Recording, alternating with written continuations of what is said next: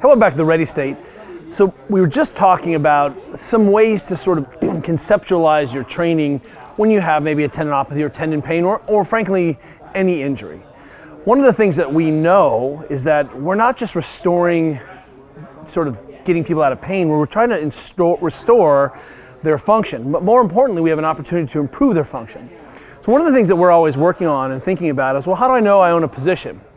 Remember, all of those variables we've talked about in the past that are ways to challenge position. I can add load, which is our basic linear progression model that we talked about last time, right? But also in the next up, besides speed or complexity or some of those other things that we talk about, is we'll put on cardiorespiratory demand. So that cardiorespiratory demand, which is short for breathe hard, right? And what I want you to understand is an easy way to progress some of your basic linear progression models is to go ahead and do a basic template where we do a minute hard on the bike. And if we're doing rehab, oftentimes that's a 3-limbed bike, right? So I can be on an assault bike, I can save the limb, spare the limb, or whatever you want to do to get the heart rate up. And as soon as I've done a minute hard, which allows me to get some conditioning in, keep my athlete programmed in, then I'll drop back into my 3 to 5 reps of that basic linear progression model.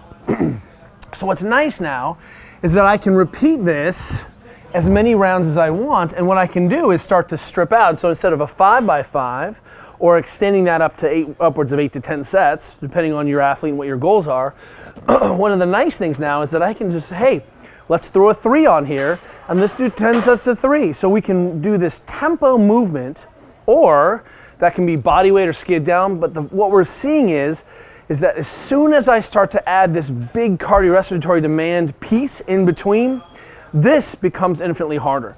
And so what we're able to do is challenge the person's ability to maintain position while still doing what we're trying to do under the load. So I'm still going to be working on controlled eccentrics, a good isometric in the bottom, returning back in tempo, right? Being able to control and load the tendon correctly, express, normalize, get the brain to desensitize this movement as a threat.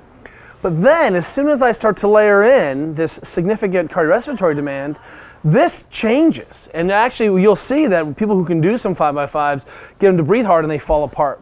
So the first order of business is to challenge this position and challenge this tissue quality, not necessarily with additional load, but by adding in a little bit different demand. And this is an easy way where we can scale this all the way back, because sometimes when we're starting to rebuild a pattern on like an ACL reconstruction, for example, we're just doing simple air squats high to a box, but we'll spin that person up and then suddenly that tempo air squat becomes murderous. And so even if I'm doing really simple isometric exercises, or I'm really doing focused work on something that my therapist wants to do, whip in some brutal cardiorespiratory demand programming, and in 20 minutes you can actually get a workout in and challenge that biomotor system in a way that gets a lot more out of this besides just adding more load, more volume. So let this be a simple idea for you guys to continue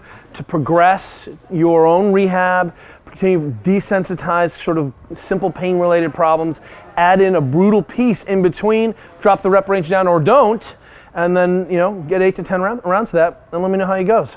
See you guys tomorrow.